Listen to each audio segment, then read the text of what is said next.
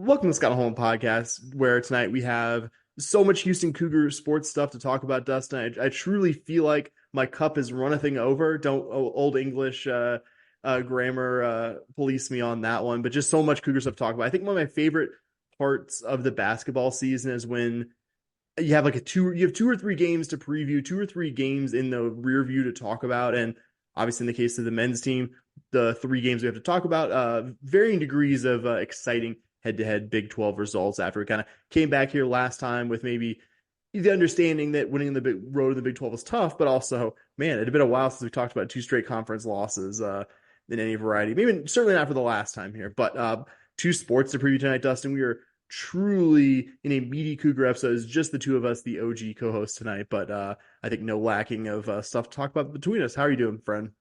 I'm doing well. Obviously, love having Bobby here, but I think this might be like a 3-hour episode if we had all three of us talking about all the stuff that we have to talk about tonight. So maybe best that one of us wasn't able to make it, although we'll certainly be looking forward to having Bobby back. But yeah, excited to be talking about some Cougar men's basketball wins. Love talking about a winning streak more than we love talking about a losing streak for sure.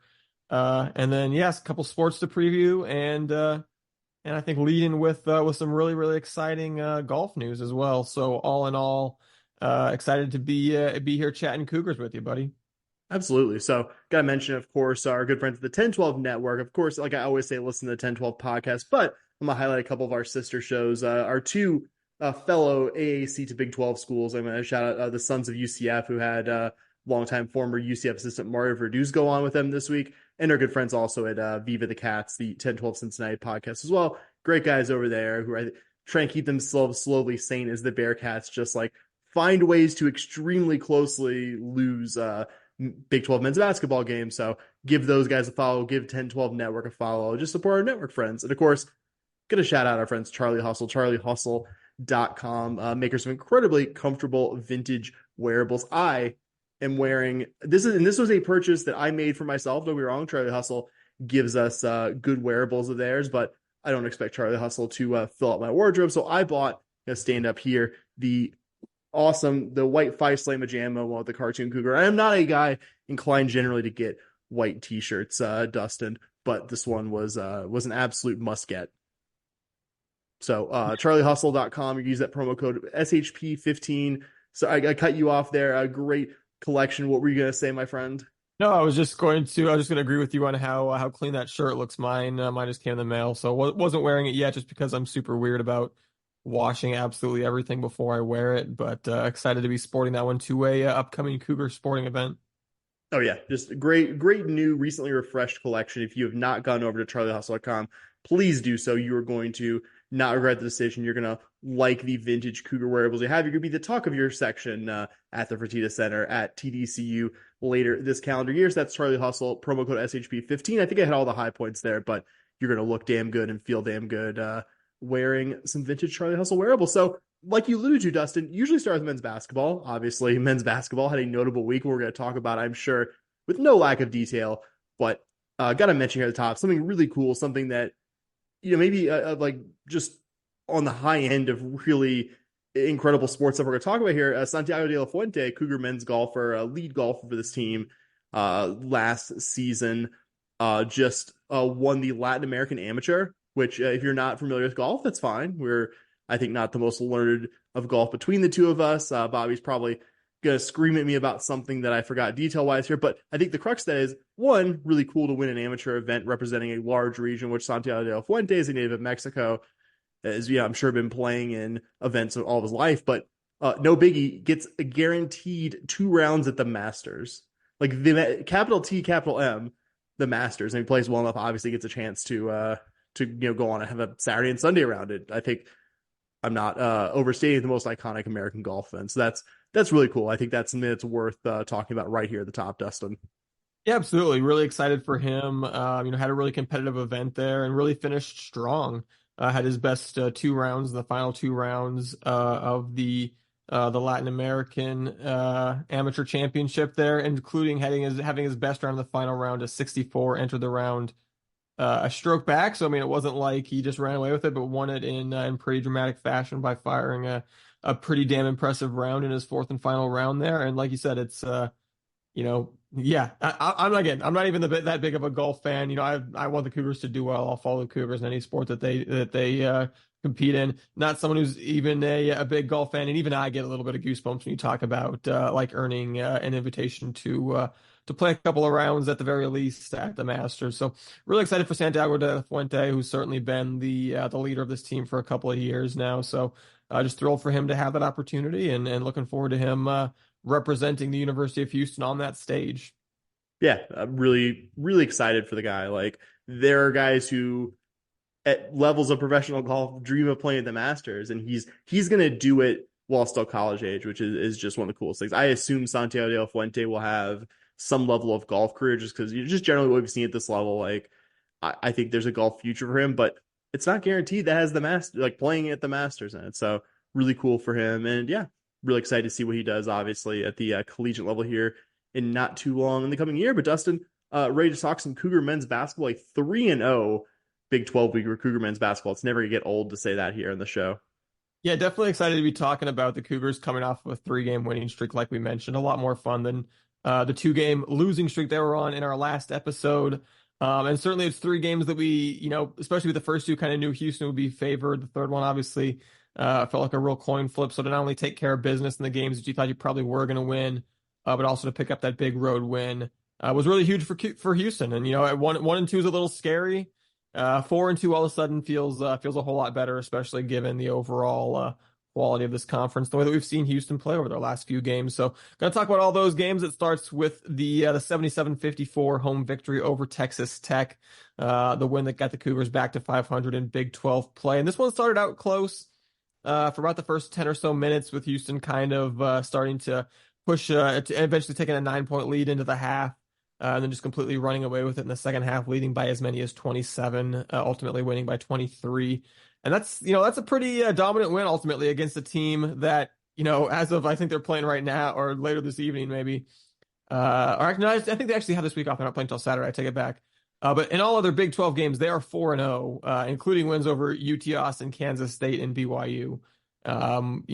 To call, beating them by that much, an impressive performance by Houston, I think would be understating it. Really impressed, not only by how Houston played, but also by the Fertitta Center crowd, which, especially when Houston started making a run, finally started kind of putting some distance late in the first half, midway through the first half. And that crowd was loud. That crowd for the first half of a game was into it and was loud. And that's something that, we haven't had a whole lot of real dramatic games at the Fertitta Center this year. We kind of still haven't. But that was the crowd has kind of gotten used to just watching Houston, because most of our non-conference games were neutral sites, or the road one against Xavier. So this is kind of your first real quality, the West Virginia game was over as soon as it started. This was your first game that for even a little bit was competitive, and the crowd responded in kind and got really excited and made a lot of noise and really impacted the game. So certainly an extremely strong overall team performance in this one, but my goodness, you still have to start your recap by talking about one guy and zooming in on one guy in particular in this one, and that is Jamal Shead. Texas Tech just had no answer for him at any point in this game. Ends up with 29 points on 12 of 16 shooting, 10 assists, 4 boards, 2 steals. Jamal Shead made and assisted on 22 field goals. Texas Tech made 18 field goals. So that is just your textbook definition of one player just saying, screw this. 2 losses in a row is enough. We're winning this damn game. I'm not losing another game. Jamal Shead, Sam, would not be denied and was not denied in this one. He sure wasn't. Like, you kind of alluded to my favorite stat in this one, that you mentioned the 22 versus Texas Tech's 18 total, that Jamal Shead either made or assisted on 22 of 34, like roughly like just under 2/3 of all your shots. Like that's incredible, even for a player like Jamal Shead, who I think has gotten us kind of used to him doing the incredible. I think I've seen stuff in the aftermath about how Kelvin Sampson, after those 2 tough road losses, kind of talked to Shead, told him how much he appreciated him, et cetera, kind of did the man management side of this. Because, I mean, there's a reputation of Kelvin Sampson as a tough coach, because he is a tough coach. He is a coach that's not shy about letting guys know when the play isn't up to his specific liking. But you also just see, even predating Houston, just the way his former players universally love him. So much of his staff here is former players from the past. Like, he really can connect with guys. Like, you can you can be a tough coach, but if guys to some degree won't run through a wall for you, like there's a ceiling there. And you've probably seen it all levels of guys who are great tacticians, but can only really get so much. And that I think is underrated part of what makes Kelvin Sampson such an elite coach is the man management, not just being this unbelievable teacher of the game, but to get guys to play their butts off and while just being so effective a teacher. I think the way Jamal Shead took over this game, when this team really needed someone to take over this game, because it wasn't the easiest start. I'm not gonna I'm not gonna discount the final 30 minutes where the Cougars very much took over this game and won it extremely decisively, but you didn't think through the first 10 minutes. You didn't get the obvious vibe the first 10 minutes. Oh yeah, the Cougars are going to run away with this. Very choppy. You were down 12-9 at one point. And it wasn't watching in real time. It wasn't like at 12-9, like, oh, we're going to lose this. I mean, it was a 12-9 lead very early in the game, but you also didn't at that time. I'm sure you, Dustin, me, anyone that was watching it in any venue think like, oh yeah, the team's playing great. Like this is good basketball. It was, on the heels of two frustrating close road losses where there's some areas you didn't play well. Just the team kind of sleepy start might be a little strong, maybe something like one step below that. Wasn't the cleanest start. Then you're down 12-9 early, and the Cougars looking disjointed, all that stuff, and then you had a real game-changing 13-0 run there. Like that was, and so much we're going to talk about tonight is justifiably Jamal Shead, because I think he had his very best, really debatably, game as a Cougar offensively. But I liked how that run where the Cougars, I think, really maybe didn't run away from it, because I mean Tech had it down to like 5 later in the first half, but kind of started to take the game by the scruff of the neck. I thought it was good that it wasn't just a Jamal Shead effort there, that obviously Jamal Shead very much a part of it, but you also had Ramon Walker making a 3. And I thought one of the loudest moments of the year, at least from what I could tell watching on TV, you can correct me if I'm wrong here, but I don't think you will, that LJ Cryer made 3-pointer. Like it felt like the roof blew off that place. Put the Cougars up 22-12. It was an absolute roar. And can't believe you haven't mentioned this. Tech head coach Grant McCaslin did an inordinate amount of crying to the officials during, this period of the game. And to a slight credit, I mean, it did have the payoff of, getting that absurd foul call on Joe Toussaint on a 3-pointer right afterwards, and kind of allowed Tech to stay in this game and not let that 13-0 run completely knock them out. And again, to reiterate, it was a 5-point game with about 2.5 minutes left in the first half, but Cougs put it on a nice mini run to end the half a stretch, where you go on a mini run like that isn't going to jump off the page at you, but it can swing a game, because I really did think it did the Cougs some good mentally to be going into half up 9 in this one. And the second half, the Cougs just absolutely stepping on the Red Raiders' throat in a way that, like, I thought the Cougs could win this game. I think you said it, like a 1-point win here, you might take it just coming off 2 losses just to get back in the win column, but you wouldn't be like thrilled about it. But I don't think you or I or Bobby thought that the Cougs were going to just run away with this game the way they did in the second half. It was really, really impressive stuff. I mean, Texas Tech, they were number 20 in the latest AP poll. This is not a bad basketball team. Texas Tech would have represented in our previous conference the best, if not one of the very best opponents we saw all season. The Cougars at times made them look like, the USF and East Carolina games of the past, where the Cougars just ran away with it and really, for the last 20 minutes, in large part, looked like they were playing a different sport. Yeah. Really impressive victory. A couple of stats I wanted to circle before we moved on with this one, though. Points in the paint. I don't know if you saw the points in the paint margin in this one, Sam. It was 40-8. That'll do. And Tech has a good big man, too. It wasn't like, oh, yeah, Tech's like Warren Washington's one of the better big men I think you'll see in Big 12 play this year. Yeah, I think that speaks to how well Houston's bigs were playing. That also speaks to how well Jamal Shead and Houston's guards were getting into the paint and getting a lot of easy shots for themselves as well in this one. And then my other one, we talk a lot about, how Houston just routinely on defense seems to be holding opponents to their, lowest scoring game of the year, worst shooting game of the year, lowest scoring game of the year. So I thought it was kind of cool doing some of that offensively in this one. You look at kind of the main components of a strong offensive game. Houston had the second highest effective field goal percentage allowed by Texas Tech in a game this year. Texas Tech had the lowest turnover percentage forced in a game this year in this game. And Houston had the second highest offensive rebound percentage allowed by Tech in a game this year. And that includes all games before and since that one. So that's a comprehensive offensive performance against, again, it's a pretty good defense, and Houston made it look like not a pretty good defense in this one. Better than 1.3 points per possession is great against anybody, against a top 25 offense or defense. That's spectacular. Yeah, I don't know if you said it. Jamal Shead in the second half alone made 6 of his 7 field goal attempts. Obviously, no singular player more important to the Cougars, just really stepping on this opponent's throat than that. Again, you might have said this one already, and I'm sorry if I spaced on it. Just that Texas Tech had their season low in points against the Cougars after like playing pretty well to start offensively. I think really impressive. I mean, you imagine like if Kerwin Walton doesn't go 6 of 9 on three, like if Kerwin Walton just shoots his season average, like this might have been a 30-point win over a team that I'm pretty confident saying probably won't be on the receiving end of that kind of loss again this year. Like that was a good team, and not to repeat myself too much, you like looked like you're playing a different sport. You looked like, or they looked like one of the AAC opponents that was decidedly not a top 25 team. I think that just tells you how good this team can be at home playing its best basketball. You know, obviously the road is such a different animal. The road is such a tougher place to win. It's easy after 2 frustrating losses in a row to forget, oh yeah, this is a really good basketball team. The metrics don't think U of H is the number 1 team in the country just because the metric makers think Kelvin Sampson's a swell guy. Like the numbers in your eyes will tell you this is a really good basketball team. It was a reminder of, I think the privilege of that. Like guys like Darian Williams and Chance McMillan on Texas Tech couldn't tell you a thing they did. Like those guys are big contributors for Tech this year. Couldn't tell you a thing they did from last Wednesday. That kind of stuff. Truly a comprehensive and complete team win, and a performance by Jamal Shead that I think is going to, when we talk about his career in the past tense, which unfortunately we will at some point have to do, like this is going to be one of those games. Like remember when he just single-handedly took apart a good Texas Tech team. Yeah, it just feels like a different level of performance from Houston. I mean, I think Texas similar caliber team to like the Utahs and the Daytons and the maybe like A&M that Houston has played thus far. And Houston obviously won all those games as well. But and again, and none of those were like, 1-pointers, similar to like, even, right down to the closing seconds, the way even that like the BYU game that we're going to talk about here in a little bit was.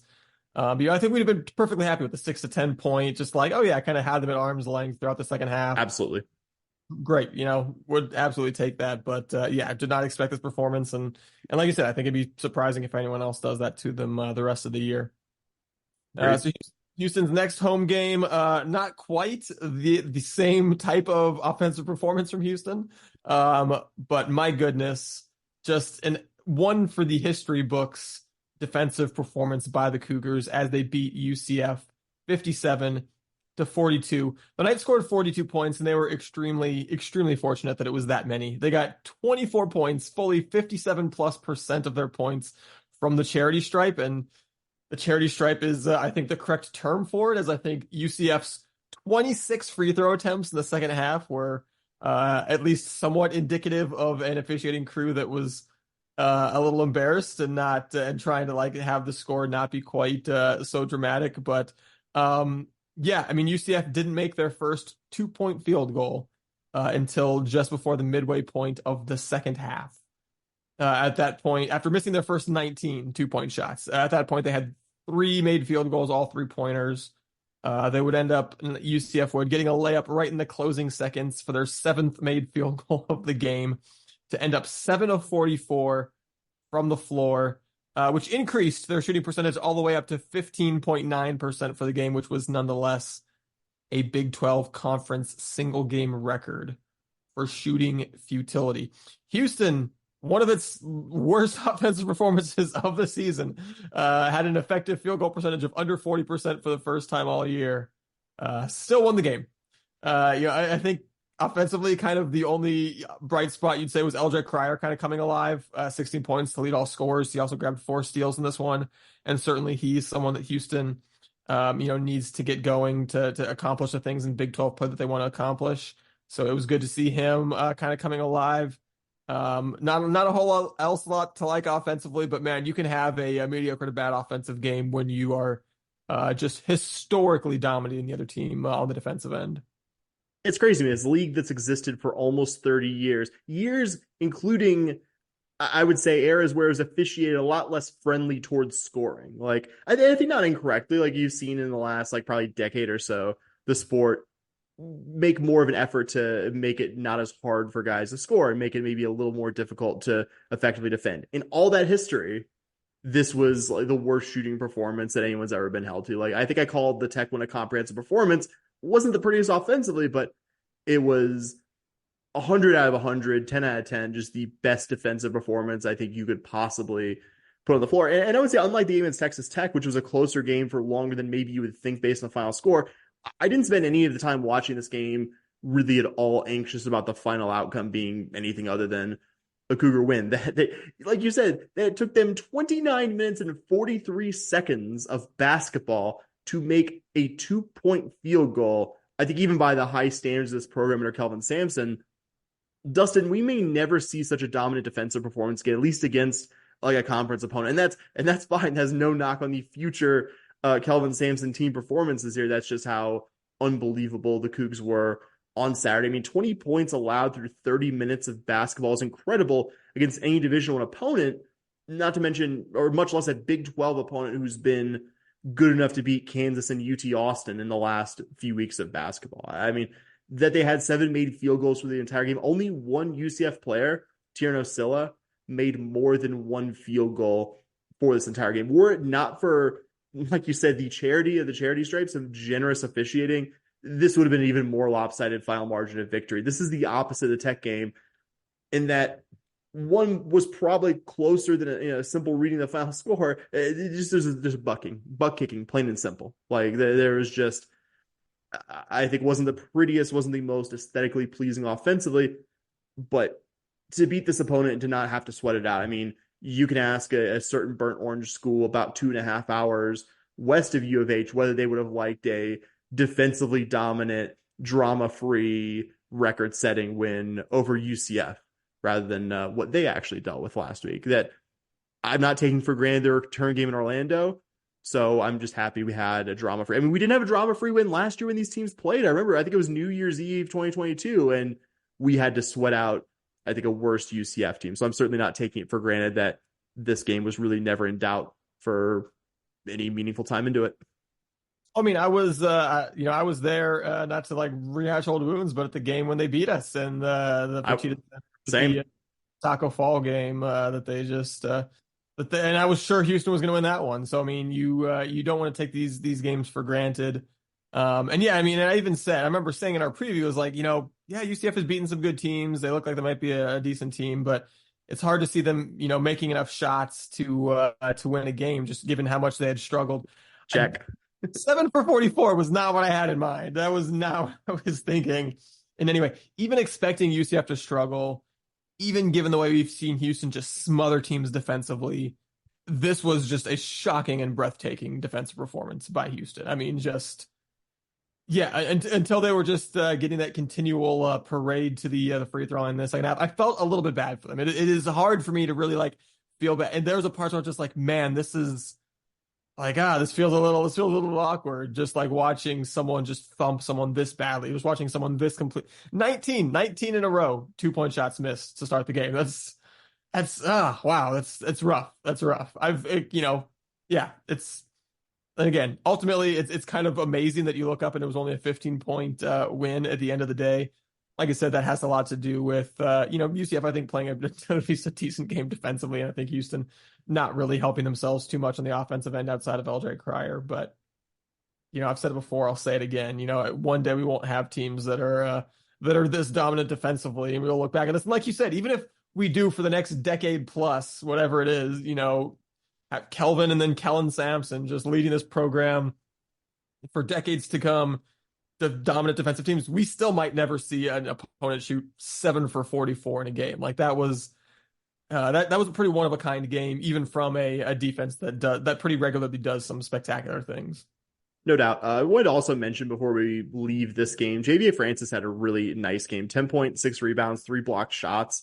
I wanted to also note that I thought the Cougs did a really good job whenever UCF shot blocking big man Ibrahim Diallo was on the floor. Did a good job not giving him any easy stuff to swat away. I thought they handled him really well. Wish the team 5 years ago had handled Taco Fall. Similarly, though, Taco Fall probably a little bit better than Mr. Diallo, with all respect to him being one of the best shot blockers in the country, and the Cougs not really being affected by it, which I thought was a nice job by the team, even when what was not really a vintage offensive performance.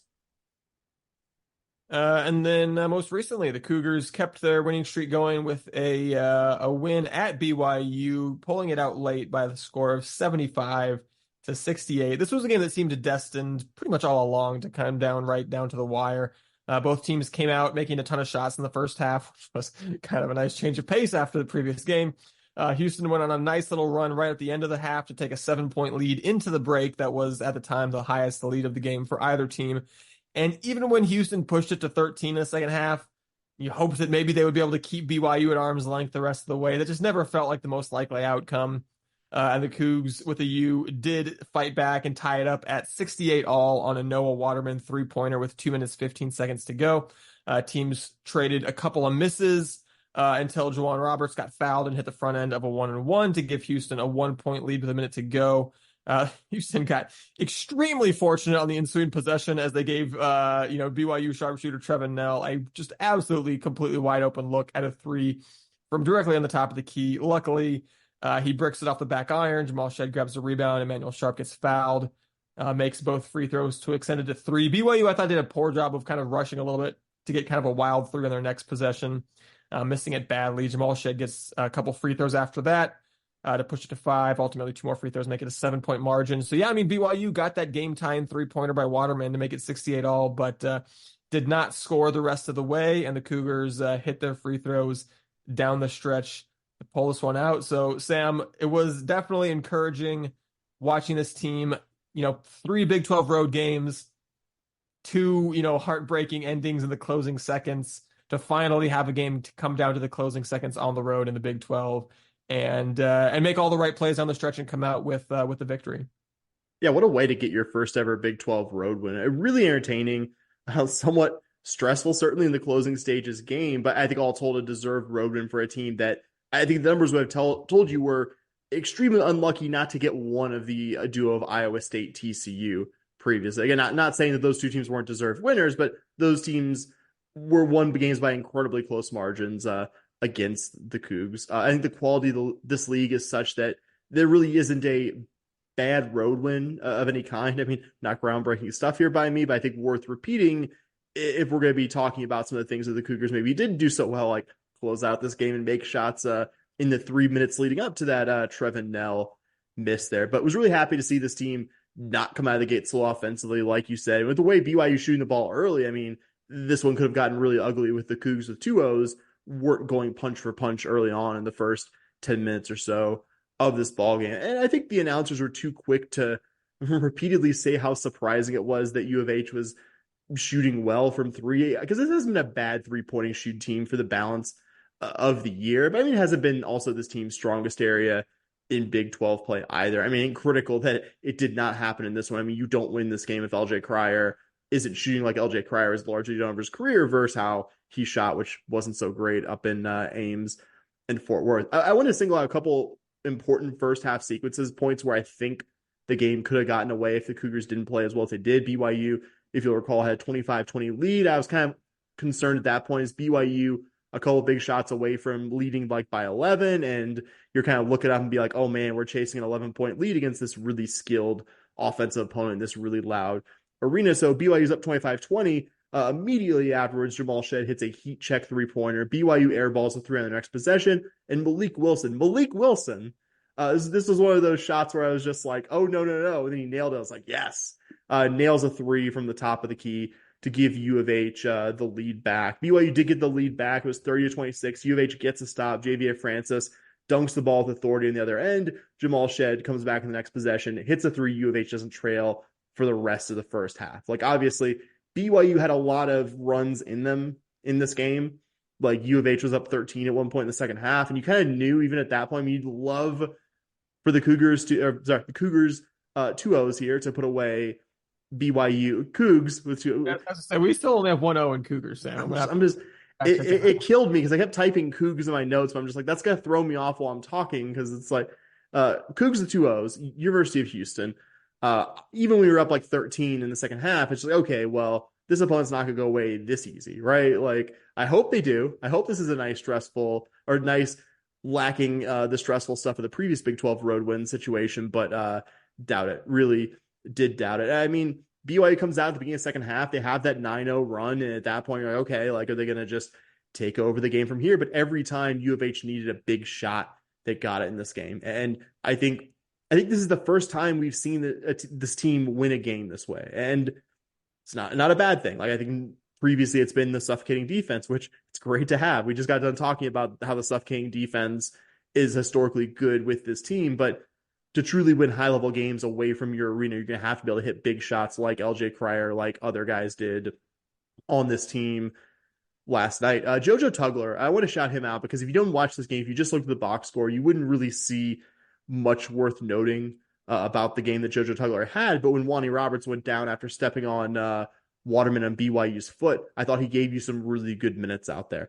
There was one play in particular, like it won't really maybe stand out because it was a situation where he only ended up making one of two free throws, but it was U of H's first possession out of the timeout after BYU went on that big run to start the first half. Tugler gets an offensive rebound, draws the foul, ends up only splitting the free throws, but I think it was just a little glimpse of how good of a basketball player this guy is going to be. There's some edges still need standing down. There's some experience that still needs to be gleaned at the Division I level, but this is a guy who plays winning basketball right now, and that's only going to get better in the next 2 or 3 years in this program working with this staff. And I think he allowed you to kind of bridge the gap between Wani going down hurt and Wani coming in and playing, I think, some important minutes down the stretch in the final 4 or 5 minutes of this game. Also, Damian Dunn, another guy who I think might escape notice, but I thought gave you really good minutes in the second half and gave you some clutch buckets as you were trying to kind of trade punches with BYU and hang on to the lead and ultimately hang on to the win.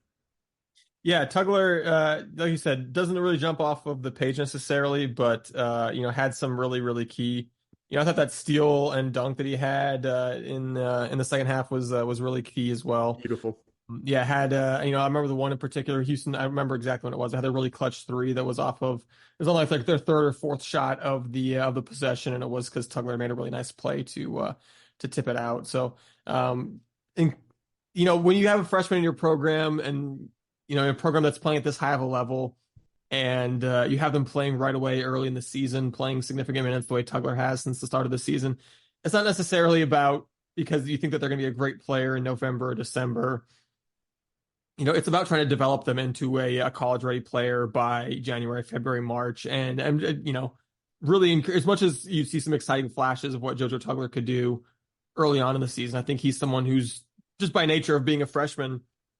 I think, and who just is, really, really physically gifted, but getting used to the college game, I think is someone that's going to continue to be impressive the rest of this year and going forward as well. But yeah, I mean, you want to get some points from your forwards when you can. Certainly, Wani is someone who's scored more of an offensive touch, and Javier and JoJo can get some points here and there. But I think Houston, as we talk about kind of the offense coming and going, I think you look at the guards first. It's your guards.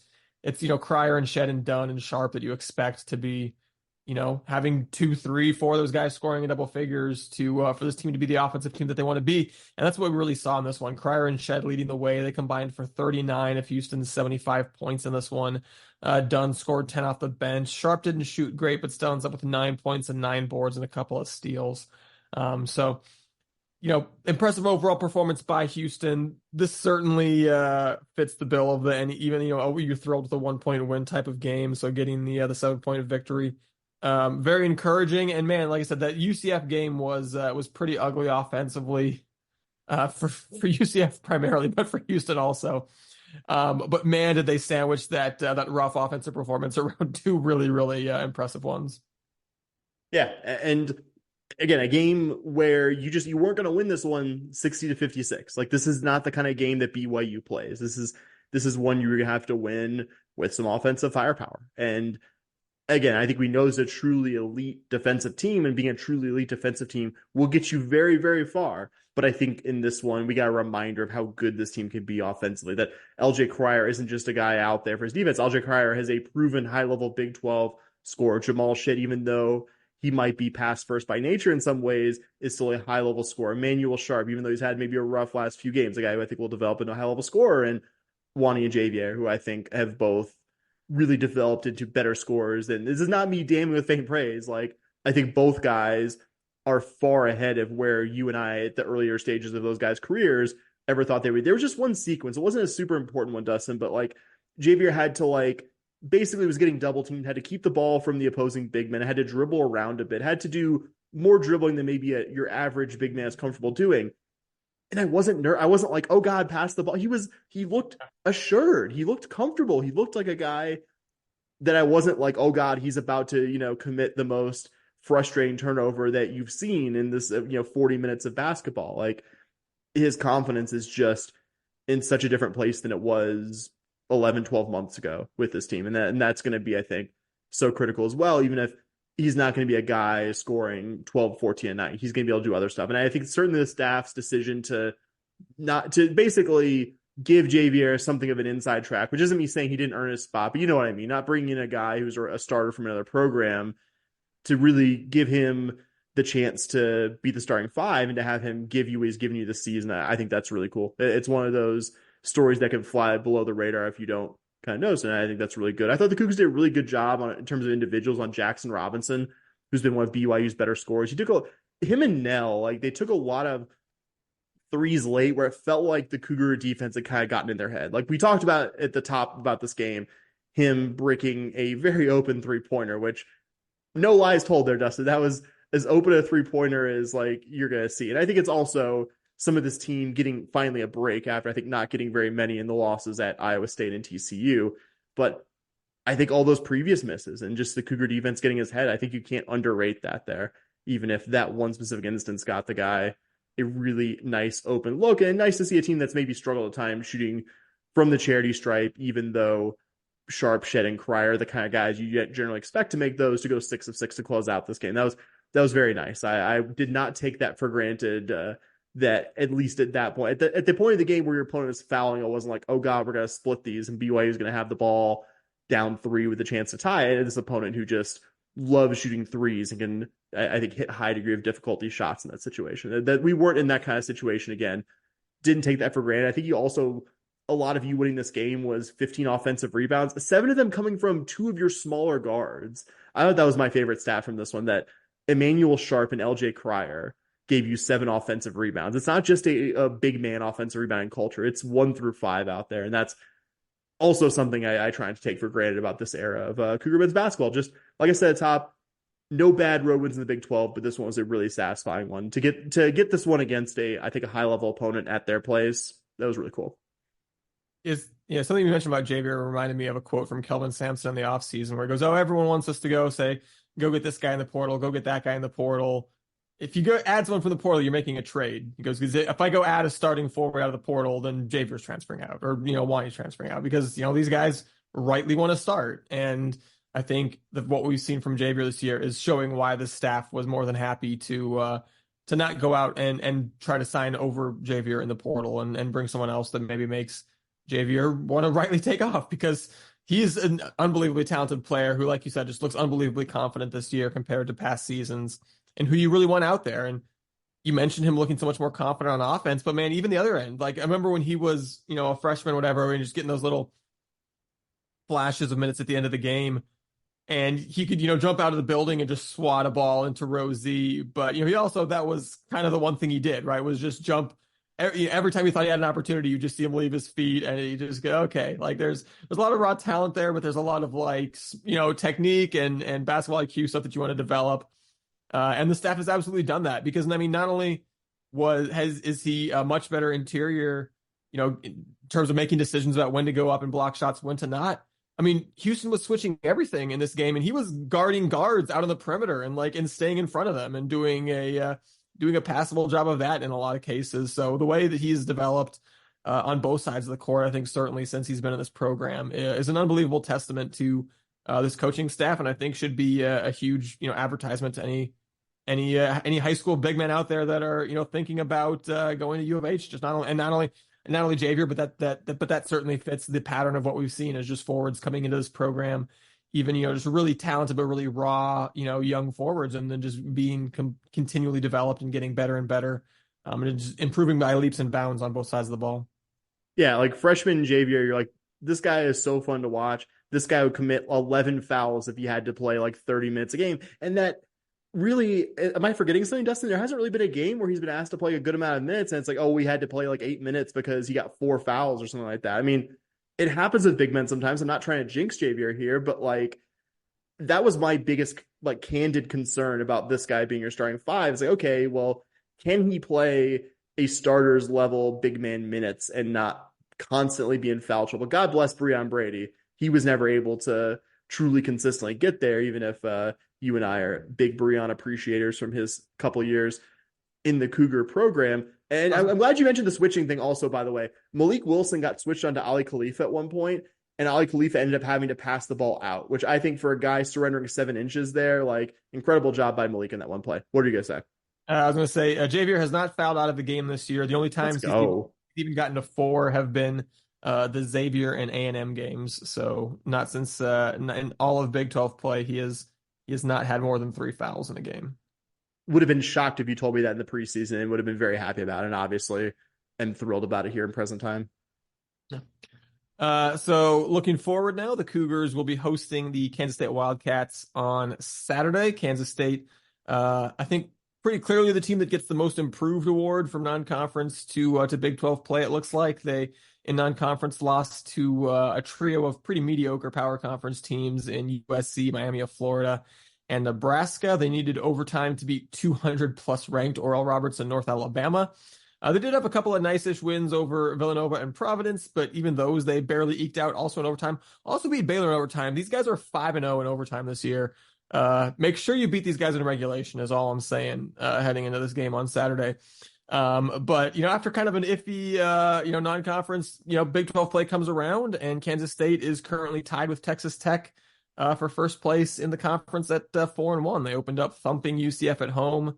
They beat West Virginia pretty comfortably in Morgantown, lost by 1 point to Tech in Lubbock, beat Baylor in overtime at home. And then honestly, probably their least impressive Big 12 game thus far was their most recent one, in which they beat Oklahoma State pretty unconvincingly at home most recently. By the time you listen to this at home, listener, they will have also played Iowa State in Ames. They're about 30 minutes away from tipping off in that one. As we're recording this on Wednesday evening. But the 4-1 start is certainly, I think, a little bit surprising, but I think it's also notable that, they're only a road win, unless they've beaten Iowa State in Ames by the time you guys heard this episode. As of right now, their only road win is West Virginia, who is, I think, one of the 2 teams in the conference that's not real good. Although, ask the Longhorns and the Jayhawks, I guess, maybe. But, yeah. But, I think it's, of the road wins you can have, it's one of the 2 probably the least impressive ones. 3 of their 4 wins in their 4-1 start are against the 3 worst Big 12 teams per Ken Pom, in which we are believers in. So I think that you can be impressed with taking that with some grains of salt at the same time. I don't say that to be like, oh, they're not good, oh, they don't have a chance of winning or anything like that. But I think it's at least notable context. And like I said, their most recent game was winning by just 4 points at home to Oklahoma State, who a game they trailed a good chunk of. Yeah, and the Cowboys look like the pretty clear-cut worst team in the conference. Throw some caveats around West Virginia. I'm not throwing any caveats around Oklahoma State. They sure look like they are easily the worst team in this conference right now. So needing to come back and barely win them at home, not a real impressive performance there. So I don't know, Sam. I'm not sure exactly how I feel. Are we buying Kansas State as a Big 12 title contender and or threat to upset Houston on Saturday? Title contender, no. Team capable of being a tricky middle of the conference team and just on the right side of the NCAA bubble. I don't know if I'm buying it with all of my life savings, but I'm putting a little like $50 on that stock. Like I think they could be. I think 1, they could be a pesky team that could beat the Cougars on Saturday, but 2, I don't think they're going to be a title contender when it's all said and done. But I still think they'll be a good, solid Big 12 team, and one I think with a decent chance of being able to fill 68. Though I think one with a fragile enough resume that if this goes south, that it won't take too much for them to end up on the wrong side of the bubble. Though, it's just, yes, they have some, I think, clunkers in some games where you're like, wow, you only beat Chicago State by this margin, but they just know how to, but also, they said 5-0 in overtime. Like, that's a scary proposition. A team that just has this weird, almost metric defying ability to win in overtime or win close basketball games. You expect those to flip, but inevitably, football, basketball, any sport, there are teams that just defy some of those coin flips will eventually go against you kind of axiom. I think the Cougars will and should be favorites in this one. This wouldn't have sounded complimentary a month or 2 ago, Dustin, but I assure you I'm saying it to be complimentary, at least somewhat. They remind me of a more upmarket version of the UCF team we just saw last weekend. Definitely more polished in the offensive end, more guys who scare me as scorers, guys like Tyler Perry, Arthur Paluma, maybe Cam Carter as well, a tough defensive team, tough offensive rebounding team as well, which I think definitely describes the UCF team we just saw. I wanted to zoom in on Perry a little bit. He's a super senior, led UNT under Grant McCasland, the Texas Tech coach, actually to the NIT title last year. Had really big shoes to fill, though. Like Marquise Noel is a hard act to follow. A guy who's the national assist leader, who just seemed to be an absolute perfect fit for what Jerome Tang wanted that K-State team to be last season. And, I think Perry's been by no means bad. He's a plus defender. He's one of the higher assist rate guys in the Big 12, but he's not Marquise Noel. Yeah. And still a good point guard. We'll be curious to see if he can kind of buck the historical trend of smaller guys being able to score on the Cougs. Like generally you often see, and one good example, that's a guy we're probably going to talk about here in a little bit from his previous time at Oral Roberts, Max Asmith. You've seen kind of high performing guards go to the Fertitta Center to face this Cougar team and just absolutely get clobbered. Will Perry buck that trend, or we'll be talking about Tyler Perry going like 2 of 12, with 7 points when we recap this game next week. You could convince me of either outcome, but I think it would be bucking a historic trend to do so. Arthur Kaluma really intrigues me. Big guy who could shoot a bit. Certainly the Cougs shouldn't be giving him great looks. They have some big men who are efficient scorers, but aren't really heavily used in their offense. Will McNair and David Ngesson, who are both plus offensive rebounders, but not going to be super high usage offensive guys. What really stood out to me, Dustin, I think my biggest concern if I was a K-State fan here would be the fact that this team is one of the 25 worst in the country, 338th nationally in turnover percentage, going against a Cougar team that third in the country in opponent turnover percentage, and I think we all just know is a very pesky, difficult defensive team. And again, on the other side of the coin, the Cats are a very good team at drawing fouls, getting the free throw line. That's always going to be some level of bugaboo with how physical UH plays defensively. You're kind of relying on the Zebras there. And I guess my last thought, something that really stood out to me, K-State just hasn't been blown out very often this year. Yeah, you have that Nebraska game, and yeah, there's some results that aren't the best there. But like I kind of said when I first started talking, just anytime there's a team that seems to defy a team can't consistently win close games thing, it scares you. Like, does this team have some kind of weird sports-specific magic around them? And that's kind of where I'm with K-State. I think the Cougs, if I had to guess, will win this game, should be betting favorites. Am I at all super confident about that? No, I'm not. This is a good enough opponent to make me concerned there. Like, by all accounts, like some of the matchups, like U of H should win this one going away, but like K-State just doesn't get blown out like that, it seems like. So not at all wildly confident there. Yeah, interesting matchup, I think, in that they're also a super low tempo team. After being a super high tempo team last year. Sorry. Yeah. So, this is a game that we've made the analogy before, because Houston already plays a low possession total number of games to kind of when you face a team that also plays with that style, it becomes kind of like playing a team that runs a triple option in football type of situation where you go, okay, there's not that many possessions in this game. So if you fall behind early, that can be scary because you're only getting so many opportunities throughout the game to catch up. But one of the things, I think the thing that jumps out to me more than anything you mentioned, though, it's just they turn it over so much. Their last 3 games, 18, 17, and 17 turnovers. That's pretty rough. They are good, not great at forcing turnovers on the other end. Houston seems to be doing a really good job of holding on to the ball since the disastrous Iowa State game where they were really rough in that category. So I think that's going to be a huge X factor for Houston, is just, I kind of assume that Houston's gonna force a lot of turnovers in this one, but can you also then hold on to the ball such that your turnover margin is actually, an advantage as opposed to just a chaotic game where both teams are turning it over? Because that is one of the areas, because K-State does do a lot of things well. That is an area where I think Houston should, and I think needs to have an advantage, is in the turnover margin in this one. You kind of mentioned a really interesting rebounding team. They're kind of what I've referred to before as a chaos rebounding team, which is just that they grab a ton of offensive rebounds, but they also concede a pretty good amount of offensive rebounds. So I think that's an area where maybe, you go, oh yeah, Houston, oh yeah, they don't defensive rebound all that great. Houston can probably grab some offensive rebounds against these guys. That's true.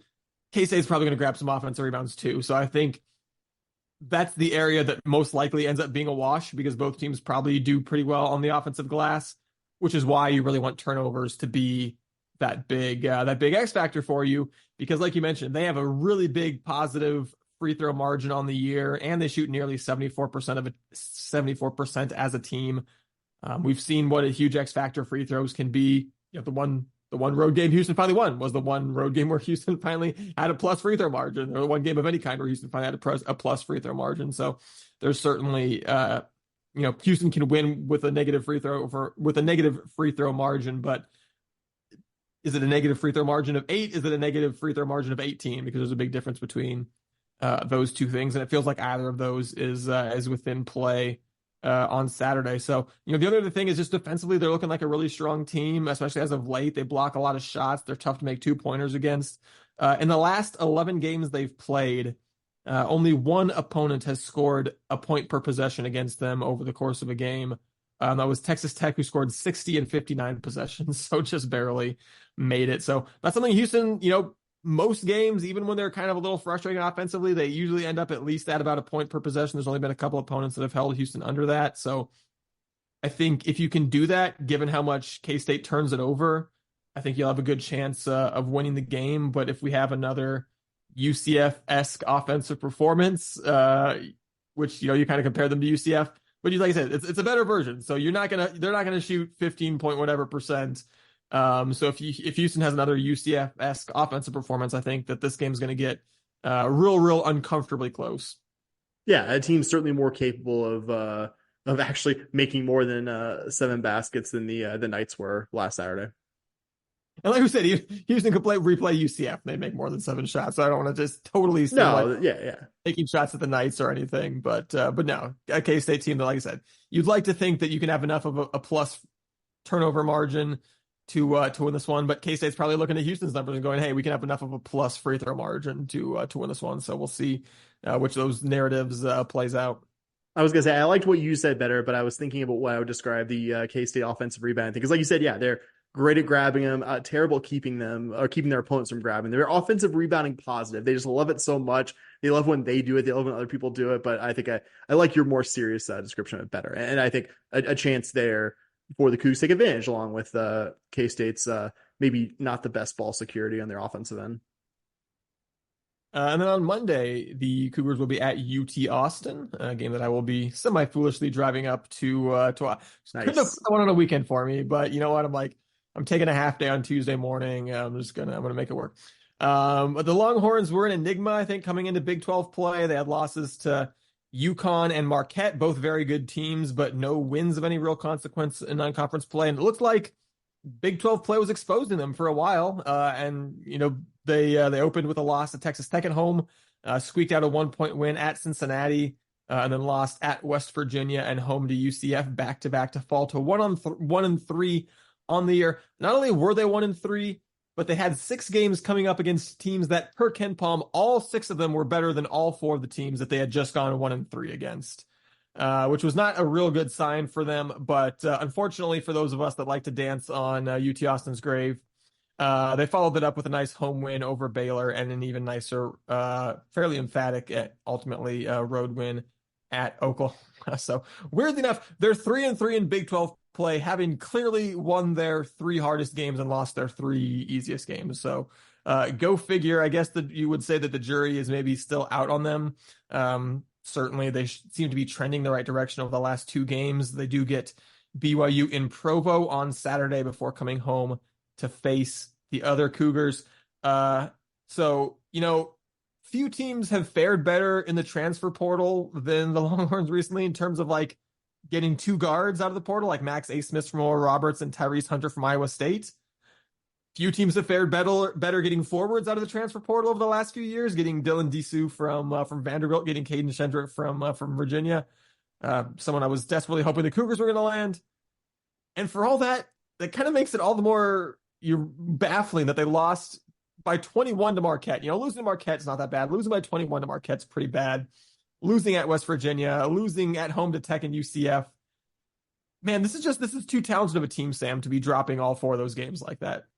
Yeah, it's very funny. That's why I smiled when you said it. Enigma is literally the first word I have in my notes about this team. And I think going into the season, the general plan there seemed to be to build it offensively around super senior Max Asmus, who was Oral Roberts, super scorer in his last few years there, and then kind of rely on having a veteran Big 12 point guard in Tyrese Hunter and just a lot of athleticism around those 2 guys with some really high points that you just mentioned, but also some bafflingly low ones to just let the Texas Tech team that we saw U of H just mercilessly beat, not just hang around with them for a half, but badly outplay the Longhorns in the second half to win that one in Austin and to really outplay UCF for the first 30 something minutes of that game and just collapse late and lose to the team that was picked dead last in the Big 12 at home and give up nearly 80 points. Again, I'm not trying to single out UCF's low point as that's what this team does offensively, but they're outside the top 200 in offensive efficiency. And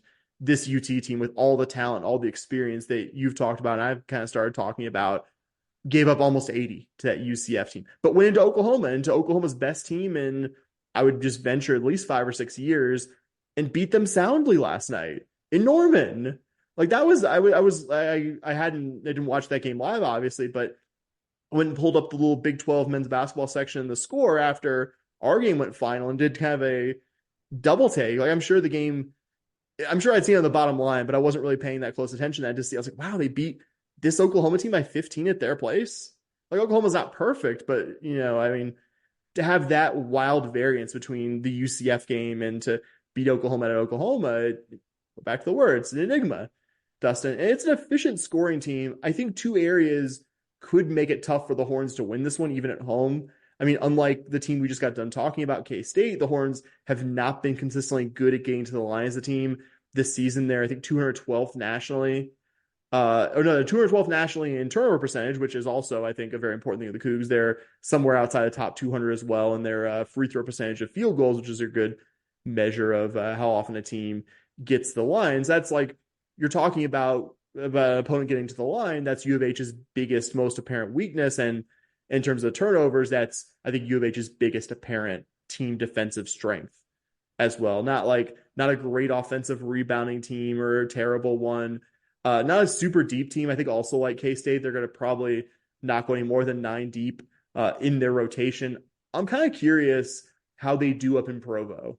Because this isn't they're not a great team at defending the perimeter. I think that goes back to, I'm not saying Hunter and Asmus are bad defenders, but not the biggest guys either. And I think you have to have a good amount of team length. They have Dylan Mitchell, who's a former 5-star, super jumpy, athletic guy. But when your two highest usage guards are, I think, is it fair to say Hunter and Asmus, both guys on the smaller side, Dustin?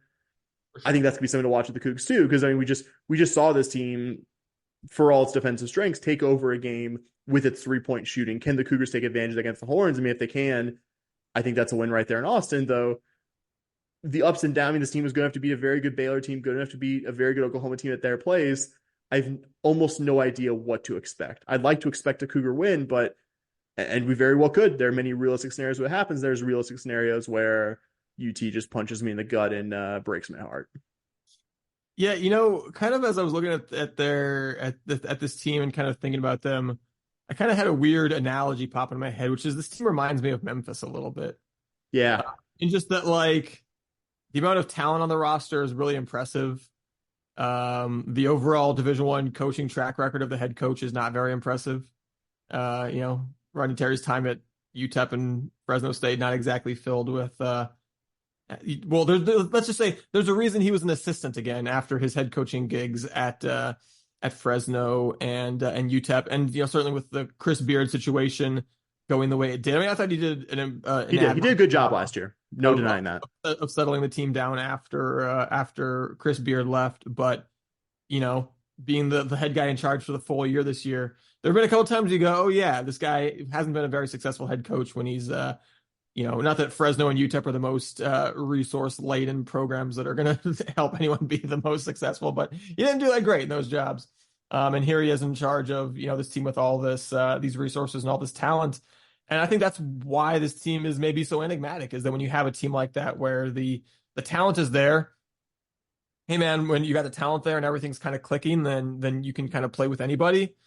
And this team's not coached all that well. So at the same time, if this team gets a little bit flustered, I don't have the faith that Rodney Terry is going to right that ship the way that some of the other coaches in this conference are maybe more likely to be able to do. So to me, I think that's kind of what makes it interesting. And we saw the Memphis team; they would they would lose to Tulane and they would, turn around and then play their A game against Houston because that was who they kind of had circled. And this feels like a Houston team that maybe it's good that they face the Longhorns with only one day in between since their previous game.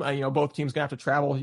Houston, I guess, even though this is a road game for Houston, I guess Houston less traveling leading up to this one because their game 2 days before is at home. They're going from Houston to Austin as opposed to from Provo to Austin there in a short, because I think it gives the Longhorns less time to really have this game circled and really be focusing on the Houston Cougars, which I think is a good thing. So interesting timing, but yeah, I don't know. Like you said, I think, do I feel confident that Houston's the better team overall, that Houston's going to have a better season overall? Yeah. Do I feel wildly confident in 40 minutes of basketball that they're going to necessarily beat in their own building a team with as much talent as the Longhorns have? No, I mean, it's a tough, as much as I want to crack jokes on them for losing at home to Tech and UCF, and I will continue to do so. That doesn't mean that this isn't a dangerous team going forward, as they've proven, like I said, over the last couple of games. Yeah, and to kind of what you're saying, I didn't think about this till now, but like U of H is going to show such a different look than BYU. I'm not saying this is a knock on BYU. Those are just stylistically two very different teams. That is some whiplash going from what BYU does to what U of H does. Yeah, that's a good point. Speaking of whiplash, we're going to go from talking about the Cougar men's basketball team and their impressive 3-game run through the Big 12 play to the Cougar women's basketball team, was doing a little bit less well than that over the last week or so, losing their last couple of games to West Virginia and Oklahoma, starting with the loss to the Mountaineers. You remember Houston entered these 2 games on a 2-game winning streak. They had some momentum. They got a win over TCU, although certainly I think maybe a little bit of the shine came off of that one when you realized how badly TCU was injured, to the point where I think directly after the U of H game, they canceled their 2 games. Yeah. Forfeited their next 2 games due to lack of scholarship players, were openly advertising for walk-ons, had a volleyball player who is now playing some basketball. But, you had some momentum. Regardless, you had the 2-game winning streak. And I think the fastest possible way to lose all of your momentum from a 2-game winning streak is to come out and get outscored 17-0 in the first quarter of your following game, which is exactly what Houston did up in Morgantown. Trailed 35-8 at the half. The Mountaineers decidedly let up in the second half, and Houston still got doubled up. It's one thing for Houston to lose handily to like Baylor and Kansas State, which they've done. We know those are good teams. They're real good teams. You can be an NCAA tournament caliber team, I think, and still lose handily to those teams. But the Wazoo and the now West Virginia games are just so damning. 2 times Houston has played someone in the top 25, but not like top 10 or 15, kind of in the 21 to 25 range is where probably both of those teams belong. Wazoo came 1 point from doubling Houston up. West Virginia straight up did double Houston up. It's not good, man. There's losing to a good team on the road and having it not really be soul crushing because you gave at least a halfway respectable account of yourself. And then there is, being down 17-0 and losing by 41 ultimately. I don't say this lightly. An embarrassing performance. One of the very worst that we've talked about from any U of H season, regardless of sport, on this podcast. I don't think I'm being overly dramatic or harsh about that. And like you said, coming up 2 Big 12 wins in a row, which I think we didn't take for granted, even acknowledging TCU, not their most healthy point of the season. And I think I had realistic expectations about this game. West Virginia was going to probably win this game and win it by a decent margin. I am not mad about that aspect. I'm not mad in the abstract. This is a loss. That's a top 25 opponent at their place. They're going to win most of these games this year, and some of them by a pretty decent margin. I think almost verbatim, I think I just said I wanted this team to compete and keep the final margin in the low double digits, and just emphatically did not happen. That, like you pointed out, you and I scored as many points, despite both of us being different thousands of miles from Morgantown, as the Cougar women's basketball team did. That you only had 22 points through 3 quarters. It's only by the grace of 17-point fourth quarter, where the game was so very far out of reach, that the points output wasn't like record-breaking low in this one. 80-39. And again, acknowledging West Virginia is a good opponent, that's abysmal. And I'm not saying I expected a win here, but to have a team as veteran as this one, a team stocked with 4th, 5th, and at least 1 6th-year college player, a number of whom have been in this program for a lot of those 4, 5, and 6 years, to look this unprepared. This isn't a young team where you could say, well, they're taking their lumps now and maybe the future is brighter. This is a team of players, Dustin, almost all who are near or at the end of their college eligibility. And it's just not this game. Too many times this season, like you point out, like the Wazoo game, like Middle Tennessee, where this team looked insanely unprepared for a good opponent, but not an opponent. This isn't South Carolina. This isn't vintage UConn here. This is a good, solid, lower middle of the top 25 team, and you didn't look like you belonged on the court with them. Like, this is a 16-point loss. You're just like, well, that's frustrating, but West Virginia is very tough at West Virginia. I liked this stuff the team did. Just burn the tape and move on. I mean, certainly burn the tape here, but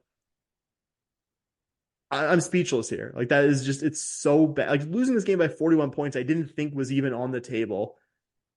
And yet, here we are, talking about a 41-point loss where you scored 0 points in the first 10 minutes of the game.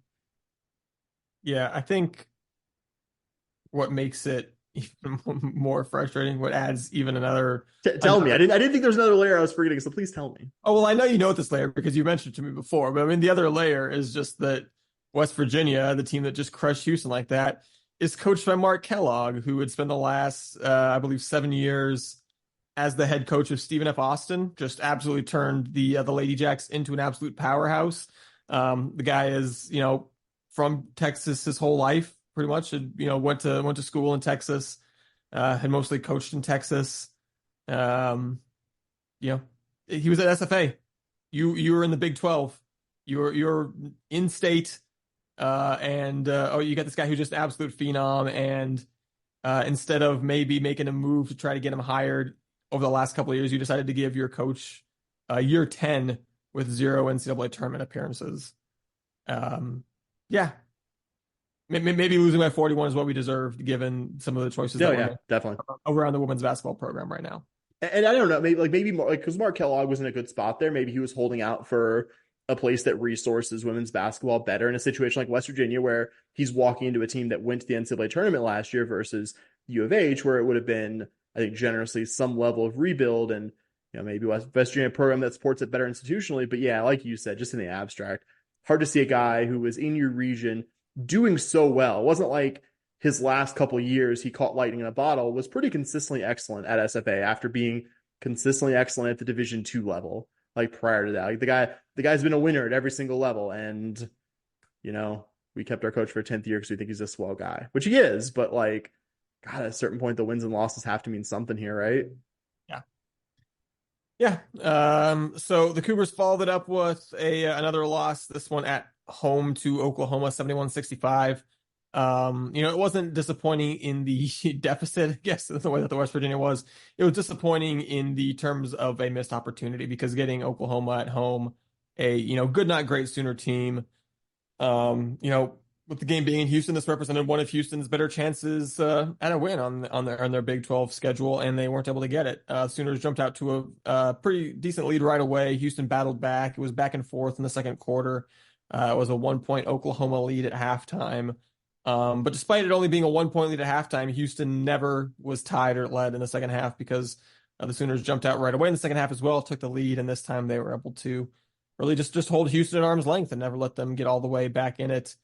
Houston got as close as 3 with just over a minute left on a jumper by Layla Blair, but the Sooners answered with a long possession and a bucket on the ensuing possession. Cougs missed the rest of their shots down the way. The Sooners hit their free throw. That's how you ended up with a 6-point loss. So, kind of a shame to waste a really solid game from Nia Boyd, who had 20 points on 8 of 16 shooting in this one. But ultimately, she and Layla Blair just kind of got out-dueled by the inside-outside combo of Skylar Vann and Peyton Verhulst for Oklahoma, who got the win. And it's another, like I said, lost opportunity for the Cougars to try to beat, one of the actually beatable teams on your schedule at home. And I mean, much better effort at home, but also a game that I think was frustrating in its own way, because the Cougs absolutely had real chances to get in this one and win it and just couldn't. I mean, late third quarter, like you said, Oklahoma never let the Cougars have that lead back. But I mean, you cut to 51-50.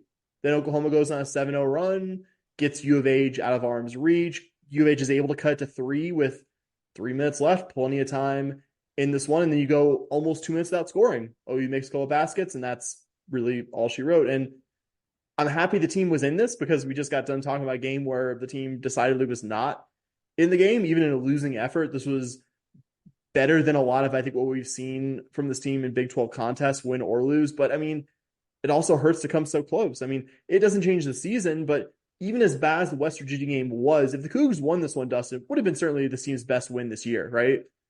Yeah. And going 3-5 in Big 12 play, alluding to the Tech game that is about to be a loss in real time, with 3-5 in Big 12 play, with three of your harder road games out of the way, even as frustrating as West Virginia was, it does feel a bit different in the reality of this team being a few minutes away from being 2-6 in league play. Glad you gave Nia Boy a shout out. Definitely deserve it. She had a great performance, 20 points, just 1 point off the game, high on 8 of 6 shooting. And the Cougs are plus 10 in points off turnovers, but you didn't defend well enough in the other areas. I mean, OU shot really well from start to finish this one to make that advantage and make this team's kind of frenetic defense really count for something. I mean, yeah, like a better effort, but it's in a completely different way, almost as painful to be like, you actually had chances where OU left the door cracked and you just couldn't kick it down.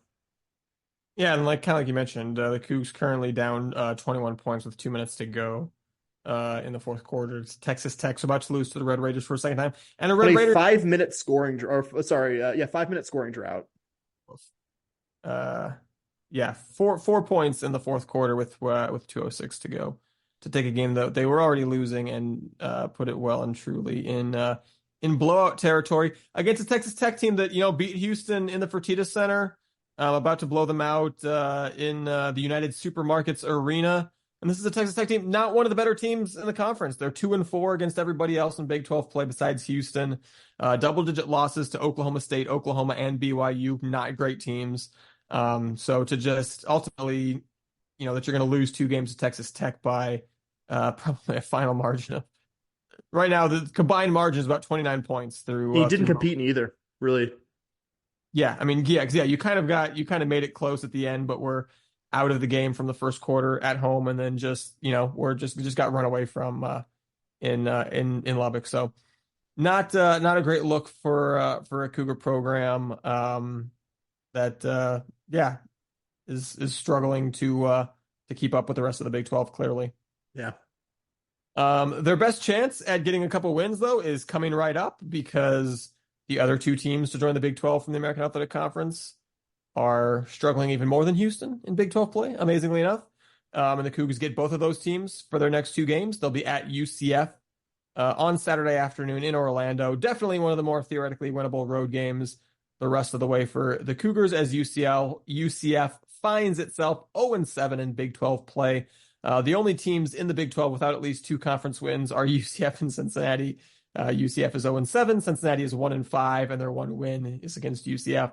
So man, if you are trying to stay in the non-embarrassing portion of the Big 12 standings, if you're trying to finish with a non-embarrassing Big 12 record, you definitely want to consider winning your next 2 because your next 5 after these 2, Houston will be a pretty large underdog, I think, in all 5 of those. So you may remember the Cougs snapped a 12-game losing streak to UCF last year in emphatic fashion, stomping them at home 80-42. But if all you're taking is that and the 0-7 in Big 12 play and assuming that, Houston maybe should be favored to win by a bunch, not necessarily. I don't think this game is going to be easy for Houston. If you look at UCF's overall body of work and how they're playing against good teams, they look like a vastly improved team compared to the one that last year was very much in year 0 of a massive program reset. And just looking at the common opponents with U of H, it tells an interesting story. Yes, they did lose narrowly to TCU in their most recent game, although notably that game was in Fort Worth, whereas Houston got the Horned Frogs at home. And then you look at the rest of their common opponents. They lost to Baylor by 3 in Waco, lost by 16 to K-State, lost by 17 to West Virginia. As we just said, Houston had dramatically harder times with all 3 of those opponents than the relatively competitive games that UCF played. So, man, 0-7 in the Big 12, Sam, but with this game coming in Orlando, my level of confidence going into Saturday afternoon's game is not real high. I mean, this team hasn't given you any reason to think that they can beat even a bad conference foe like UCF at their place. And bad might not even be the right descriptor because, like you said, this team just barely didn't beat a really good Baylor team not that long ago, and certainly have competed against some common opponents much more effectively than the Cougars recently. I mean, yeah, like I think if I had to handicap, and I'm not a women's basketball handicapper here, so excuse my amateurism, but I mean, what you think like UCF would be like a 3.5, 4 point favorite in this one, just given how the Cougars have played, just given this team hasn't been playing especially good basketball lately. The two games against BYU and TCU now are feeling more and more like the exception to the rule. Certainly the way the team plays away from home. I think you talk me into kind of like the game we're going to be talking about next. Okay, like I think the Cougars can take them at the Fertitta Center, but man, just hard to talk myself into this team getting any kind of road win. We'll be glad to be wrong. We'll be glad to be coming back here in a week or so and talking about the Cougars beating the Knights, but it's hard to see it, even against a team that went 4-11 in ASC play last year. We'll note very much a team dominated by one player offensively. Junior Indiana transfer Caitlin Peterson is averaging just over 21 points per game. Really good volume 3-point shooter. I think if the Cougars can do something to her like they did to TCU's Madison Connor, who was also a good volume scoring guard, then I mean, I think you'll have a fighting chance on the road, but also kind of concerns me that UCF has a good amount of size and has been a good rebounding team for much of the year. And oh yeah, this Cougar team has looked not good at all away from home. So yeah, kind of all my concerns right there and all the things the Cougars should be looking at in this one. I mean, before that, coaching change and program reset, this was, a really, really strong UCF program. If they do kind of build back to that, it has occurred to me that the all-time series between them might look very, very funny if we lose, on Saturday and lose the next handful of games over this team. You're going to have a 12-game losing streak to UCF, then beating them by 38, and then another potentially, I mean, not going to win, you hope not, but then yeah, I hope not. Another string of losses after that. So again, I don't want to, forecast any losses into the future, but yeah, I don't know. Like I said, I think the last time we got real negative about this program, they turned around and won a couple games. So let's hope that we're jinxing them into a couple of wins coming up is what we're doing here. Yep. After playing at UCF, they'll be hosting Cincinnati on Tuesday evening. The Bearcats do have, as I mentioned, the 1-point home win over UCF for their lone Big 12 win. However, if you believe the net rankings, Cincinnati actually the Big 12's weakest team as they check in, at 109 as of today, 9 spots and 17 spots behind the Cougars and the Cougars, respectively. To me, unlike UCF, they don't really look like a notably better version of the team that Houston beat by 24 on the road last year in Cincinnati. If anything, I think if you look at the overall Big 12 competitiveness, I think the net's probably onto something. I think they maybe even are a little bit of a hair weaker team than UCF. Winning by 1 point at home doesn't necessarily make you a better team than somebody. And like I said, and this game is in Houston, so I don't know. I think even though UCF is the winless team, to me, Cincinnati is the even bigger must win for Houston this week. Yeah, it's kind of a long-term build there. They brought in a new head coach, Katrina Merriweather, who finally got Memphis women's basketball up to being kind of a respectable level and now returns to her alma mater, Cincinnati, to lead them into the Big 12. But this was a bad AAC program last year, so there's going to be a bit of a learning curve. Only having that one conference win, as you mentioned, a tight one over UCF. Feel like they kind of profile similar to U of H, though I would say they've played at least a little bit better on the road than the Cougars. Low bar to clear, but I do think Cincy has cleared it, and I think played a tougher non-conference schedule in the lead up to this one, but really balanced team, unlike the UCF team we just got done talking about. 5 players in their team averaging at least 7.5 points per game. Jillian Hayes, who's a veteran holdover from the last staff, local product, leads them with scoring at 12.5 per game. I mean, if this team is playing their ideal style of ball, it's going to be a tough, low-scoring contest, but I would still say it should be an opponent that U of H should expect to beat at home. Works and all. Moving right along, Sam, this has been a media episode. We got, I think, 3 sports to talk to. I know I'm a little light on the notes for the football stuff, so you want to go ahead and power through our latest Cougar football player and staff developments? Yeah, I'll catch us up. I'm going to do the coaching staff stuff and then some of the player additions to the program. We'll try to keep it quick, but also informative. Cougars added the last official, since we last talked about football, which I think is 2 episodes ago at this point, the last official on-field assistant coach, a familiar name to us, actually, Zach Etheridge, who'd been the previous 3 seasons, the Auburn secondary coach, and before that was the U of H cornerbacks coach for the first 2 seasons of Dana Holgerson's time in Houston, 2019 and 2020. Etheridge is actually one of the two coaches that the new Auburn staff, now just finishing its first season under Hugh Freeze, actually retained. Etheridge was an Auburn alumnus, so was a team captain on that 2010 championship team with Cam Newton. Like getting Etheridge back. He's someone who I think should get a lot of credit for the development of previous DBs, Demarion Williams and Marcus Jones, even though I think those guys had their true breakout seasons right after he went to Auburn. But I think breakout seasons would have been happened if Zach Etheridge hadn't gotten an opportunity to coach. As alma mater, the Auburn pasty was pretty good during the 3 years he was on the Plains. It seemed the Auburn fans were sorry to see him go. So, yeah, don't feel too bad about that hire. And so with that addition of Etheridge, U of H now has the full allotment of 10 on-field assistant coaches. And I think U of H in the past week has made the hires that I think we've talked about other than Etheridge here official. Iman Nagavi and Brian Early were officially retained from the last staff. Nagavi will be the offensive line coach, Early the defensive line coach, like they were under Dana Holgerson. Kevin Barbay is the offensive coordinator, will also be coaching tight ends in addition to being the offensive play caller. Shyle Wood is officially the defensive coordinator, will be coaching inside linebackers. Quick aside also, Wood mentioned U of H's 2024 defense will be largely have a 3-4 look, so a lot more linebacker heavy than the past few defenses we've seen. It makes sense. The staff has gone after linebackers pretty heavily in the portal. Sean Bell is officially named the quarterbacks coach, also has a passing game coordinator title. If you'll recall, longtime Baylor assistant under Matt Rule, Dave Aranda. Derek Sherman and Joshua Christian Young also joined Shyle Wood in coming over from Willie Fritz's most recent Tulane staff. Sherman will coach the Cougar receivers, also has the assistant head coach title, and Christian Young will be coaching defensive backs with Zach Etheridge. And in the guys who are young enough to have been still playing when this podcast started division, Jordy Joseph will be coaching the Cougar running backs, and James Ross III will be coaching outside linebackers. Joseph was a Tulane backup as recently as 2015, was a longtime staffer under Fritz before moving with former Tulane OC Will Hall to Southern Miss, where he's been the last 3 years in an on-field coaching role. Ross was an analyst last year on the Tulane staff, was Cincy's outside linebackers coach in 2022. Dustin, any quick thoughts about the on-field assistants that were officially announced? Yeah, I mean, I like getting Etheridge back. Like you mentioned, he was someone who seemed like an exciting young coach. So I like getting him back to round out the coaching staff. But yeah, I mean, like I said, most of the guys that we knew up until this point, that was kind of your 10th official on-field guy. So yeah, I think overall happy with the assistant haul of this that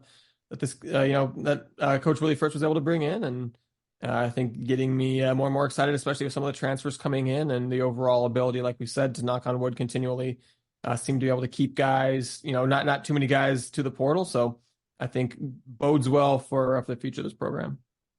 No doubt. Want to also should have mentioned him with the other group. I think maybe the most critical hire Fritz could have made from his Tulane staff was bringing along Kurt Hester, who was his strength and conditioning coach at Tulane, somebody very much credited among the Tulane fan base, their jump from being a kind of solid, pesky, middle of the AAC program to a double-digit winning conference title and your New Year's Six contender team the past couple seasons. And I can say as someone who's watched more Tulane than probably the average college football fan these past 2 seasons, it was a really good finishing team. And I guess any Cougar fan who had the fortune or misfortune of watching the 2022 game at TTCU Stadium can attest to Tulane finishing games strong and winning a lot of close ones late. And I mean, you just look at the most successful periods of UH football in the past decade or two.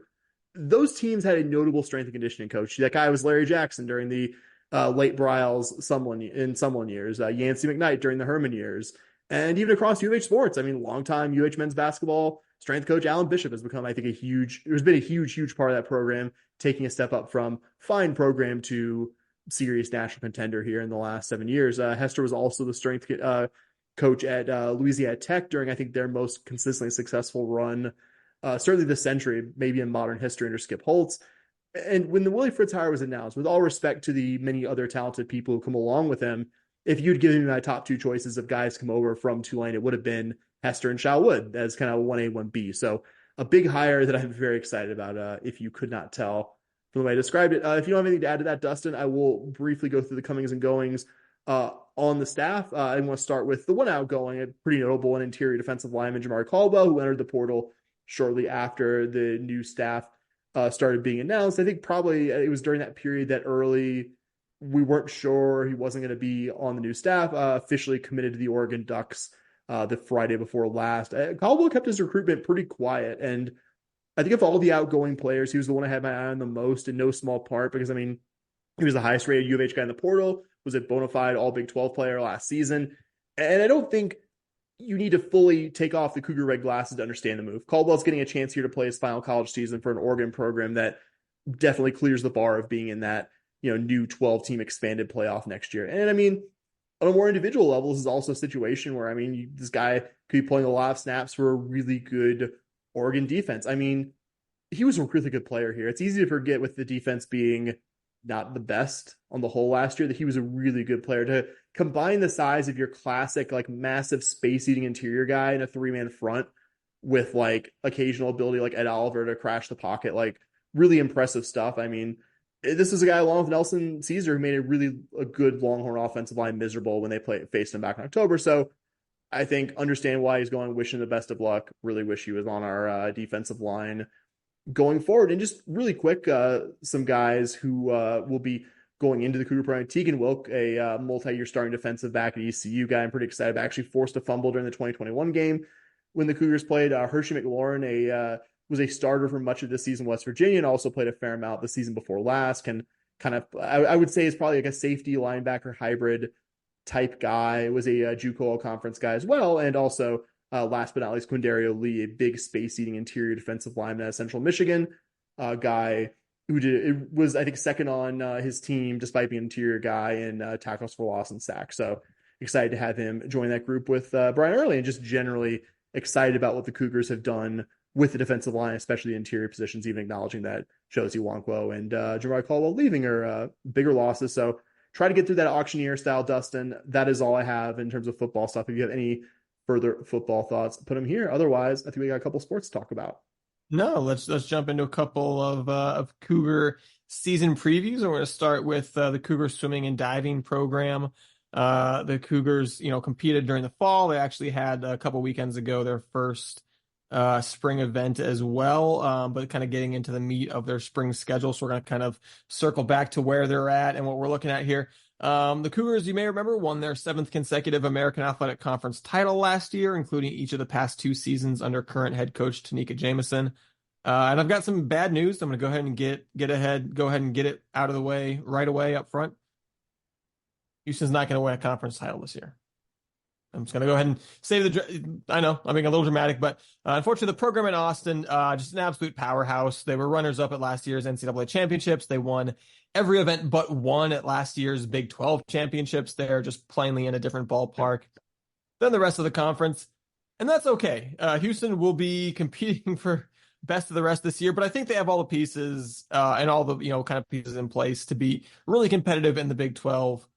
Once the Longhorns leave. So I think we're really going to have this kind of 1-year interim of not really being in contention or really worrying about a Big 12 championship. Excuse me. Looking around the rest of the conference, actually the only other Big 12 program or schools that had swimming and diving, Iowa State, TCU, West Virginia, and Kansas. So this year the conference expands from 5 to 8 with Houston, Cincinnati, and BYU sponsoring swimming and diving as well. And just real quick before I kind of talk about this team, just a little bit, if you hear us talk about track more often, you're maybe a little bit more used than that. Swimming and diving, obviously kind of similar in a lot of ways, but some differences. One thing is you have A cuts and B cuts for, each year at the beginning of the year, they kind of put out the times where you go, in this event, if you make an A cut, basically that means you automatically qualify for NCAA championships. And then, if you have an A cut, then you can also compete in up to 2 events, I believe it is, that you have a B cut in, which is kind of the next lowest time. And then, however many spots that they have at NCAA championships after they take all the A cuts, they kind of fill those up with the highest remaining B cuts.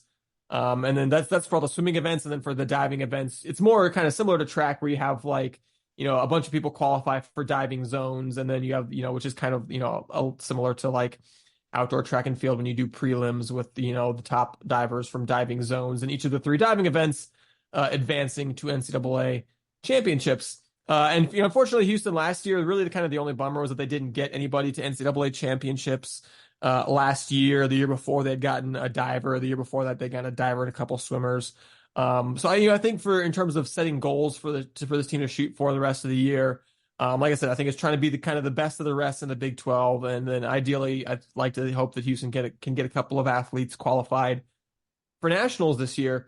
And looking at this year's Houston team, I think the exciting thing is that Houston returns the majority of its major contributors from last year, including some really exciting youngsters. Houston does lose Emma Wright, who was their top short distance freestyler last year. Julia Kulich was their top 100 and 200 yard backstroker, and diver Julie Blodgett was one of 5 Cougs who did qualify for diving zones last year. But Houston had 7 swimmers last year who made an NCAA B cut in at least one event. 4 of them were freshmen, and all seven of them are back this year. Cougars, like I said, had 5 divers qualify for zones. Blodgett graduates. All of the other 4 do return, including the 2 divers who just narrowly missed qualifying for nationals in multiple events last year. So I think every reason to believe this is going to be an even stronger team for Houston this year than they had a year ago, even if, like you said, due to their conference competition, it might not necessarily look like it. But in terms of names to know heading into the season, long distance freestyler Eden Humphrey had a just fantastic freshman season last year, had an NCAA B cut in the 500 and the 1650 freestyle, also narrowly missed a B cut in the 1,000-yard free as well. Also in terms of freestylers, look out for Mary Catherine Jurica, who has already shown, at least Big 12 competitive quality in the 50, 100, 200, and 500 freestyle. You look at the breaststroke group. I mean, breaststroke looks like Houston's best event. You've got sophomore V-Rag Peter, who had NCAA B cuts last year in the 100 and 200 yard breaststroke as just a freshman last year. You've got junior Henrietta Fangley, who also as a sophomore also had B cuts in those same events as well. And then grad student Audrey McKinnon returns also in the breaststroke, had a B cut in the 200, narrowly missed a B cut in the 100. So 3 athletes that I think can be in contention for NCAAs as well as doing well at Big 12. And then I think in the butterfly, that's another event that Houston's going to do real well as well. You have sophomore Alondra Ortiz, who as a freshman last year, stop me if this sounds familiar, had an NCAA B cut in the 200 butterfly. Also got a B cut in the 400 individual medley as a freshman as well. But man, you look at that 200 butterfly, Houston actually returns 4 athletes who had better 200 fly times last year than any Big 12 athlete outside of the program at Austin. And that is Ortiz, senior Abby Jackson, who also had a B cut in the event, sophomore Noor El Gendi, and then junior Adelaide Muter, who already has a B cut in that event from back in November. So I think the butterfly and the breaststroke, 2 events Houston's going to do really well in Big 12 play, has the chance to get some athletes to nationals. Like I said, mentioned Ortiz, B cut in the 400 IM. Landry Hatter also had a B cut in that event as a freshman last year. You got senior Sophie Anderson, also another strong competitor in the individual medley, narrowly missed a B cut in that event at nationals last year. And then in terms of divers, 5th-year senior Chase Ferris has qualified for NCAA zones all 4 years in the program. She qualified, as I mentioned, for NCAA championships as a sophomore and junior before narrowly missing the cut in both the 3-meter event and the platform event last year. And then you've got senior Hedda Grells, who was, like Ferris, a double almost qualifier. She qualified for zones, made finals at zones, and then narrowly missed the cut in both the 1 and the 3-meter events. And in addition to returning all those athletes, Houston brings in a couple of really exciting newcomers. Danielle Titus was a fantastic backstroker for Tulane last year. Won the, I believe it was 100 backstroke at AAC championships. Had an NCAA B cut in the 100 back last year, missed a B cut in the 200 back by 0.03 of a second. So immediately comes in, looks like one of Houston's better backstrokers. And then also you have freshman Evelyn Entrekin, who I think is going to help Houston add to an already very good breaststroke group. She actually already put up a B cut in the 100-yard breaststroke back in November. So a really exciting freshman there as Houston continues to bring in some impressive freshman talent. So like I said, Houston had their fall events. They opened their spring season with a meet against number 11 Texas A&M on Saturday, the 11th of January. They dropped that one 187.5 to 106.5, which was admittedly a slightly larger margin than the last few times that they faced off against A&M, but also The Aggies, I don't think were ranked as high as 11 in previous seasons, so I think that maybe just be a really good A&M team as well. That certainly has something to do with it. But nonetheless, looking forward to the Cougars getting back in action with the dual meet against Rice and Miami of Florida on Friday of this week. But yeah, really excited to see what this program can do, Sam. And that is my oral report on Cougar swimming and diving. You actually answered my question, which is what's a realistic place for this team to finish, and you kind of did a good job of I think answering that at the beginning. So my question for you, I'm gonna put you on the spot. It's not a ironclad prediction, but if you had to predict who is the athlete you think has the best chance, swimmer or diver, to win their Big 12 event, or at least come close to it. Obviously, the horns are like Oklahoma softball or UConn women's basketball 10 years ago. I understand that unseating them from a lot of events will be a big challenge, but I would say win or closest to it, because obviously the horns are going to take a lot of the individual events. Um, if I had to say maybe an event where Houston can maybe finish on the podium, I think probably it's going to be either the 100 or the 200 breaststroke. Henrietta Fangli actually had the time that she had in the 100 breast last year would have been better than every Big 12 athlete but two Longhorns. So theoretically, if she was in the Big 12 last year, could have already been on the podium in the 100 breast. And then as a sophomore, as an underclassman still. So as she is in her junior season, I think Henrietta Fangli in the 100 breaststroke. I think that is my gut reaction. Maybe highest finisher for Houston at Big 12 championships. Like it. You ready to talk some racket sports, Dustin? Or one racket sport in particular? Let's talk some tennis. I'm real curious to hear your outlook on how you think Houston's going to fare in their new conference.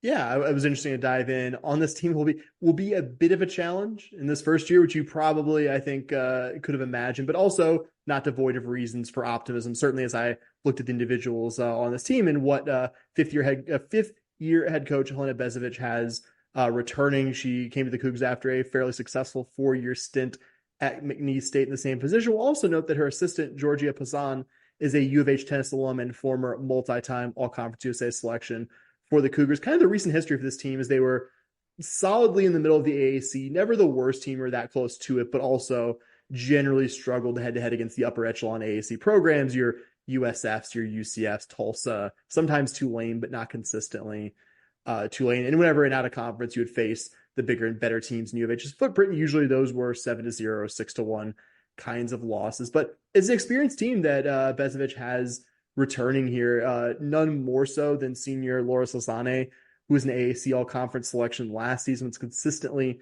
the team's best singles player.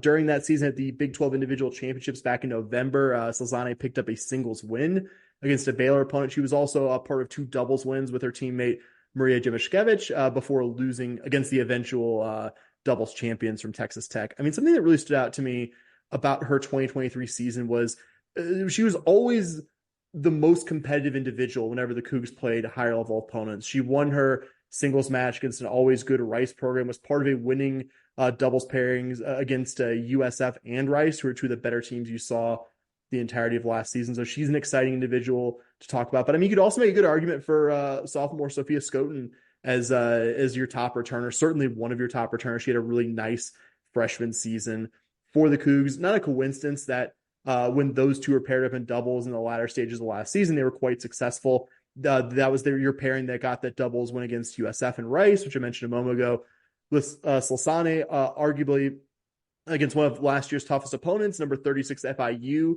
And those two's first match together, they were actually locked into a 5-5 tie before the match went unfinished because U of H had lost their other 2 doubles matches and lost the doubles team points, so no need to finish that one. She had an impressive freshman season. Skoten did as a singles player as well. Last year's season opener, she won her first spring season set off a national top 100 doubles player from Texas A&M, Gianna Pele, before eventually losing in 3 sets. She also won 2 singles matches at November's Big 12 individual championships before bowing out to Emma Staker from OU. I was really encouraged by her freshman season. If she even improves slightly, I think she's a good breakout candidate for 2024. And I wanted to group a couple of veterans together as well. Senior Blanca Cortillo Pereno and junior Maria Jemashkevich, who I mentioned in passing a moment ago.